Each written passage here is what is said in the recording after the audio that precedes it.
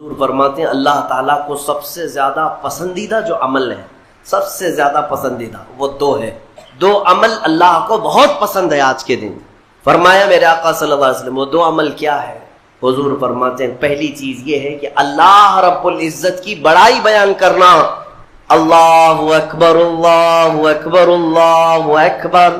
لا الہ الا اللہ واللہ اکبر اللہ اکبر وللہ الحمد۔ یہ اللہ رب العزت کی بڑائی، تکبیر، اللہ سب سے بڑا ہے، یہ تکبیر بیان کرنا پہلا عمل اللہ کو سب سے زیادہ پسند ہے۔ دوسرا عمل استغفار، استغفر اللہ استغفر اللہ استغفر اللہ استغفر اللہ ربی من کل ذنب واتوب الیہ۔ دو عمل آج کے دن اللہ بہت پسند فرماتا ہے، ایک اس کی بڑائی بیان کرنا تکبیر، اور دوسرے استغفار۔ اور فرمایا کہ جب اپنے گھروں سے نکلو تو تکبیر کہتے ہوئے نکلو۔ کتنے لوگ ایسے ہیں جو تکبیر پڑھتے ہوئے آئے؟ بہت کم لوگ ہیں، سب اپنے اپنے دھن میں چلے جا رہے ہیں۔ یہاں تک کہ فرمایا اس تکبیر کا اہمیت کا اندازہ اس سے لگاؤ، آنے کے وقت جس راستے سے آئے تھے عید کے لیے، جانے کے وقت دوسرے راستے سے جاؤ، واجب نہیں ہے، لیکن اس کی حکمت کیا ہے؟ ایک راستے سے آنا اور دوسرے راستے سے جانا سنت۔ فرمایا گیا کہ جب تم ایک راستے سے تکبیر پڑھتے ہوئے آتے ہو تو اس راستے پر موجود جتنے مکان، پتھر، درخت ہیں وہ سب تمہاری تکبیر کی گواہی دیں گے۔ قیامت کے دن تمہاری تکبیر کی وہ گواہی دیں گے کہ مولا یہ ہمارے سامنے سے تیری بڑائی کرتا ہوا گزرا ہے۔ تو ہو سکے دوسرے راستے پر بھی گزرو تاکہ زیادہ سے زیادہ ان تمام چیزوں کو اپنی تکبیر کا گواہ بنایا جا سکے۔ تو اس سے اندازہ کریں کہ تکبیر آج کے دن بہت اہمیت کی حامل ہے، اور اسی تکبیر کی آج ضرورت بھی ہے مسلمان کو۔ اقبال نے بہت اچھے انداز میں کہا تھا، کفر دم توڑ دے گا ٹوٹی ہوئی شمشیر کے ساتھ، گر تم نکل آ جاؤ ایک بار نعرہ تکبیر کے ساتھ۔ مطلب یہ ہے کہ اس تکبیر کا آج بھی بہت سارے لوگوں کو انتظار ہے جس تکبیر کی آواز سے ہی کفر کے خیموں میں ہلچل مچ جائے۔ وہ صرف اور صرف حلق سے نکلنے والی تکبیر نہیں ہے، وہ ایمان کی بشاشت اور توکل کے ساتھ نکلنے والی تکبیر ہے۔ اللہ رب العزت ہم سب کو کہنے سننے سے زیادہ عمل کی توفیق عطا فرمائے۔ آج میرے عزیزوں، عید الفطر میں جو نہیں کرنے کے کام ہے وہ مجھے بتانے کی ضرورت نہیں، سمجھدار طبقہ ہے ہمارا۔ آج شام تک ایک بات طے کر کے رکھ لینا، کیونکہ کل رات کو ہی شیطان آیا ہے چھوٹ کر کے قید سے، اور وہ اپنے پورے فورس کے ساتھ چاہتا ہے کہ تمہیں کسی نہ کسی طرح سے ان راستوں سے لے کر گناہوں کے اڈوں پر لے جاؤ۔ کتنے ایسے لوگ ہیں جو ایک ہی دن میں اس کے شکنجے میں پھنس جاتے ہیں، یہ ان کا معاملہ ہے۔ اسی لیے آج شام تک اپنے آپ کو کنٹرول کرو کہ میں نہ آج گانے بجانے، سینما اور جوؤں کی طرف جاؤں گا، اور نہ ہی بے حیائی کے اڈوں کی طرف جاؤں گا۔ آج کا دن اللہ رب العزت اپنے فرشتوں پر رشک فرماتا ہے۔ توجہ تو چاہتا ہوں، توجہ۔ عید کے دن جب بندے سجدے میں گرتے ہیں، عیدگاہ ہو کہ مسجدیں ہو، جیسے ہی تم عید کے دن سجدے میں چلے جاتے ہو، یہ لمحہ کون سا ہے جانتے ہیں آپ؟ یہ لمحہ کون سا ہے؟ جس دن دنیا پوری، آپ بھی رمضان بھر سجدے میں گئے ہوں گے، عبادتیں کر کے بھیک کیا مانگتے تھے؟ اللہ تو راضی ہو جا۔ ہم یہاں مانگ رہے تھے، لیکن عید کے دن کے سجدے کے بارے میں فرمایا گیا جیسے ہی امت سجدے میں جاتی ہے، مولا سارے فرشتوں میں اعلان فرماتا ہے، فرشتوں آؤ دیکھو میرے بندے، میں ان سب سے راضی ہوں اور ان سب پر مجھے رشک آتا ہے۔ آج دنیا خوشیوں میں ڈوب کر کے عیاشی کرنا چاہتی ہے، لیکن میرے یہ بندے ہیں جو دنیا کو ترک کر کے میری بارگاہ میں سجدہ ریز ہیں۔ آج مولا رب العزت رشک فرماتا ہے فرشتوں پر۔ ایک اور صحابی ہے جو سابقون الاولون، یہ لفظ سابق ان صحابہ کو اسلام عشرہ مبشرہ میں سے بھی، اور شروع اسلام لانے والے 8 ان کا نام نامی ہے اس میں سابقون الاولون، جب ابھی 8 اسلام لائے 8ویں نمبر پر، اور یہ بھی ان خوش نصیبوں میں سے ہیں کیا تھا اللہ تعالیٰ۔ جیسے 3 عشرہ مبشرہ میں 3 بڑے صحابہ ایسے تھے، عثمان تھے، سعد بن وقاص، طلحہ، یہ 3 بڑے بڑے صحابہ ایسے۔ تو حضرت طلحہ بن عبید اللہ، ان کا معاملہ یہ تھا کہ بچپن سے تجارت کا اور چھوٹی عمر میں لمبے سفر بھی۔ ایک بار ملک شام سفر کی بیچ راستے میں علاقہ آتا ہے، تو وہاں پر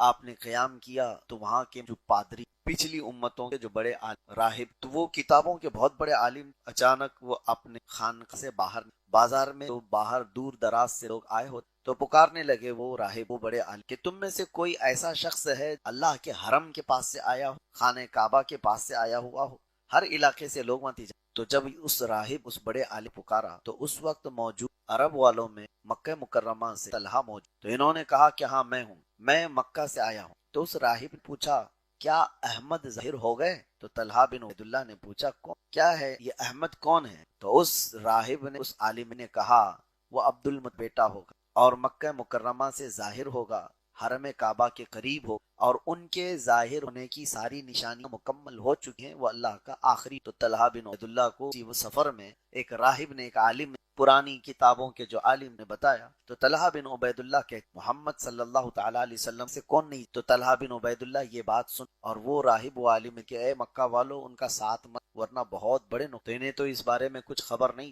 ملک شام سے تجارت کر کے واپس لوٹ رہے تو مکہ مکرمہ میں آتے ہی لوگوں سے پوچھا کہ نئی بات ہو گئی مکہ میں؟ تو لوگوں نے کہا بہت بڑی بات۔ کہا کیا ہوا ہے؟ کہا محمد بن عبداللہ نے، وہ ہمارے بتوں کو، ہمارے خداؤں کو جھٹلاتا ہے۔ تو طلحہ بن عبید اللہ کے کو ماننے والوں میں کون ہے؟ تو لوگوں نے بتایا کہ محمد اعلان کیا اور ماننے والوں میں ابو بکر سے۔ تو طلحہ بن عبید اللہ صدیق کے پاس حضرت ابو بکر سے پوچھتے ہیں کہ آپ قوم کے سب سے شعور لوگوں میں سے ہیں، بہت عقل والے لوگوں میں سے ہیں، پورا مکہ آپ کا احترام کرتا ہے، عزت کرتا ہے، تو آپ کیا ایک نبی کی پیروی کر رہے ہو؟ تو حضرت ابو بکر صدیق نے کہا ہی اصل۔ تو طلحہ بن عبید اللہ نے کہا اتنی بڑی عقل والا جس طرف بلاتا ہے وہ غلط نہیں بلاتا، مجھے لے چل۔ تو طلحہ بن عبید اللہ حضرت کے ساتھ آئے بارگاہ میرے آقا صلی اللہ تعالی علیہ وسلم، مسکرایا اور پھر فرمایا کہ طلحہ میرے متعلق، یعنی جو راہب جو عالم کو بتایا، میرے آقا صلی اللہ تعالی علیہ وسلم فرما دیا۔ تو طلحہ بن عبید اللہ کے پاس اور کون سی نشانی چاہیے؟ آپ کل طیبہ پڑھ اسلام میں داخل ہوئے اور 8ویں نمبر پر اسلام لانا۔ اب ان کے بعد حضور پاک صلی اللہ تعالی علیہ وسلم کے ساتھ رہے، وہ زمانہ ہے جو مشقتوں سے ابتدائے اسلام، جو لوگ بھی اسلام میں داخل ہوئے انہوں نے سب نے مشقت۔ ایک صحابی وہ کہتے ہیں اچانک مکرمہ میں صفا مروہ، میں نے پوچھا کہ یہ کس چیز کی بھیڑ؟ تو لوگوں نے کہا کہ ایک نوجوان لڑکا مکہ کا بے دین۔ تو یہ صحابی کہ میں گیا بھیڑ کی کس کو یہ لوگ کہہ رہے ہیں؟ تو دیکھا طلحہ بن عبید اللہ کو گردن سے انہیں ہاتھ باندھے ان کو مارتے ہوئے صفا مروہ کی طرف لے جا رہے، تو ساری بھیڑ ان کی طرف تھی، لوگ اور ان کی ماں ان کو پیچھے سے گالیاں دی جا رہی کہ میرا بیٹا بد دین ہو گیا، دین چھوڑ دیا، اور لوگ ان کو کوستے ہوئے مارتے کر جا رہے۔ ابتدائے اسلام کی بات کئی مرتبہ ایسا ہو کہ حضرت ابوبکر صدیق اور ان کو دونوں کو ملا کر کے رسیوں میں باندھ دیا پورا دن، یہ اس لیے کہ مکہ کا ایک بہت بڑا رئیس شخص تھا، اس کا ڈر سب لوگوں کو، وہ باندھتا اس لیے تھا کہ کبھی یہ بھول کر کے بھی محمد صلی اللہ علیہ وسلم کے پاس نہ، لیکن جن کے دلوں میں محبت سرایت کرے دنیا کی کوئی طاقت نے روکی، یہ اسلام کا سلسلہ بڑھتا گیا۔ طلحہ بن عبید اللہ اس وقت رسول پاک صلی اللہ تعالی علیہ وسلم کے ساتھ رہے جب تمام مشقتیں سب کچھ، لیکن گھر سے آپ متمول تھے، اچھے اور مالی اعتبار سے، تجارت کے اعتبار سے بھی آپ کے پاس اچھے خاصے اسباب تھے۔ تو جب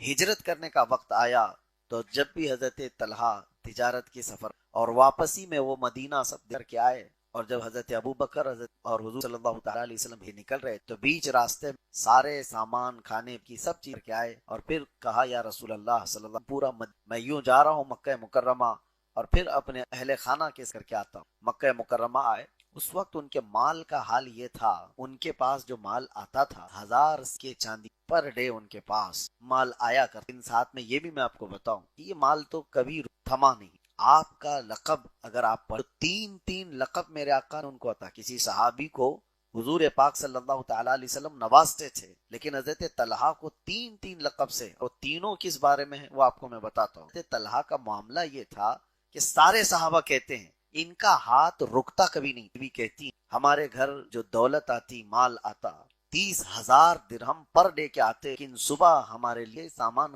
رات کو ہی حضرت طلحہ یہ حال تھا۔ تو آپ کو دیکھ کر ایک دور پاک صلی اللہ تعالیٰ میں طلحہ لقب آپ کو، یعنی خیر کا طلحہ۔ اور ایک مرتبہ حضور پاک صلی اللہ تعالیٰ علیہ وسلم ایک سفر سے لوٹے، ایک کنویں پر حضور پاک صلی اللہ تعالیٰ علیہ وسلم رکے، کنویں کا پانی بڑا میٹھا تھا، اچھا تھا، تو آپ نے پسند فرمایا، تو آپ کو اتنا ہی معلوم ہوا سفر سے واپس آنے کے بعد یہ خود گئے، خود ہی کا تھا، اس کو